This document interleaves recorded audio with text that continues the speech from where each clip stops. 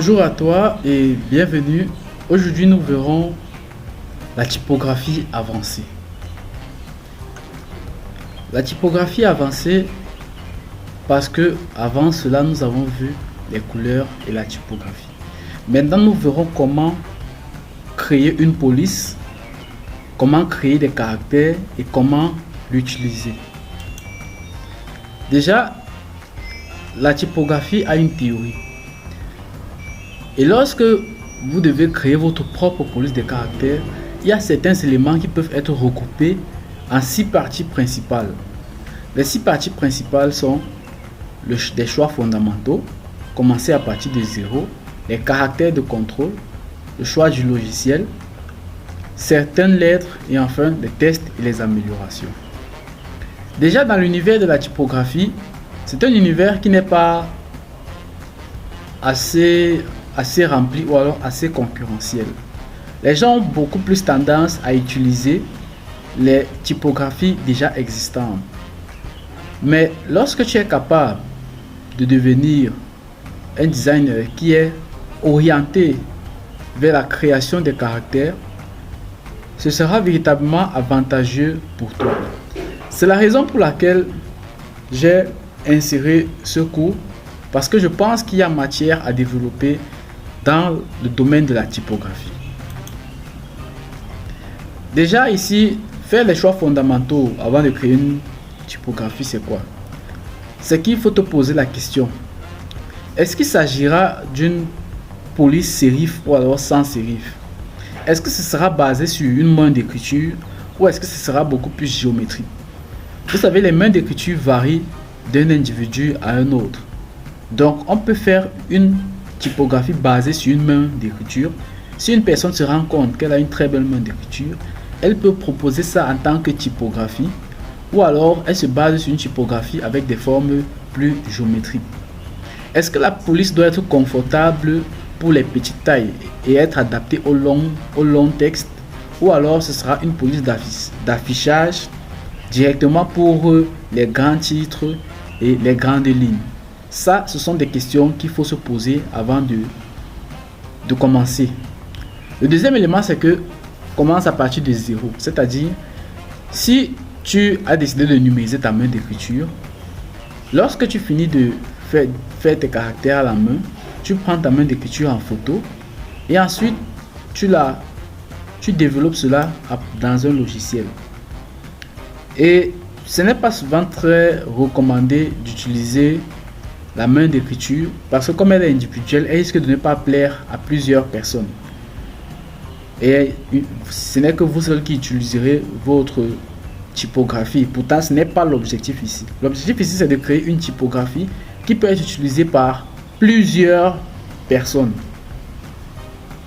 Et une erreur aussi à ne pas commettre, c'est que lorsque vous créez votre typographie, vous devez éviter de baser votre conception sur une typographie déjà existante, car ça ne vous aidera pas à développer vos propres compétences en tant que créateur de typographie.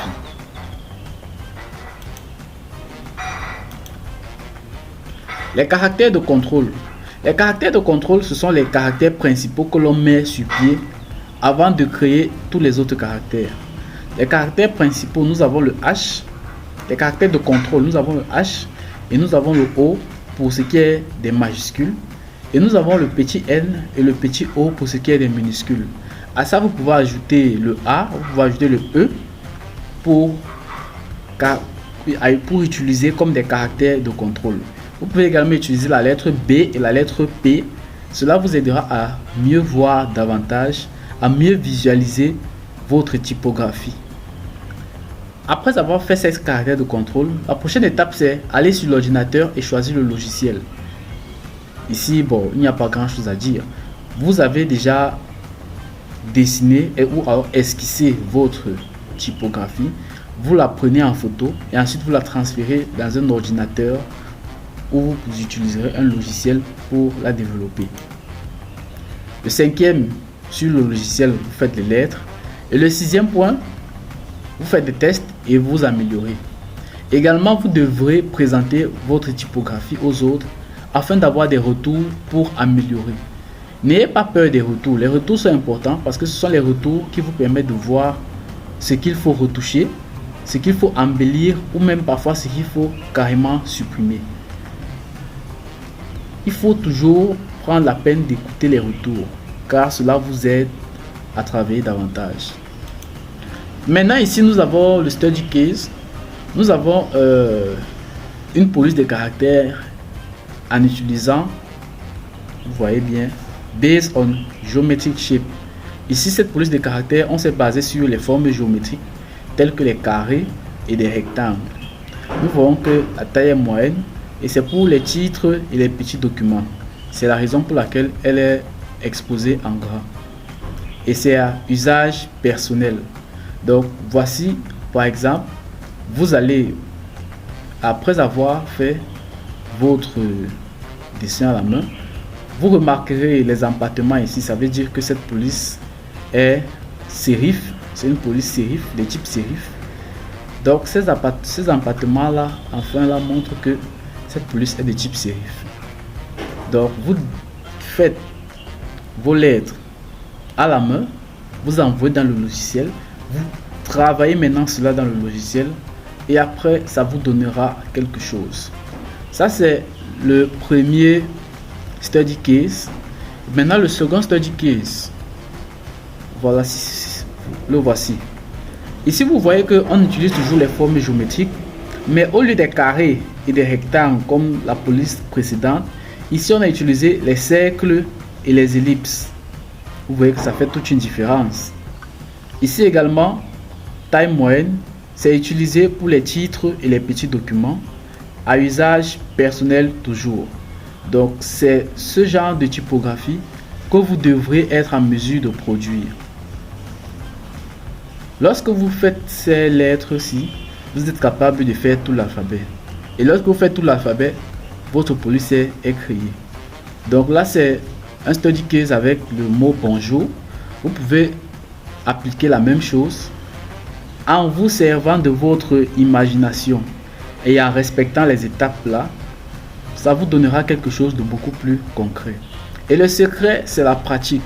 Vous pouvez essayer la première fois, ça ne donne pas quelque chose de très agréable, mais après 2 ou 3 essais, le résultat sera beaucoup mieux. Donc je vous conseille véritablement de vous mettre dans la typographie, de faire certaines lettres. Vous pouvez utiliser toujours le terme bonjour, et lorsque vous utiliserez ça dans vos propres éléments, vous en serez très fier. Donc c'est tout ce qu'il y avait à savoir sur la typographie, et on se dit à la prochaine. Merci.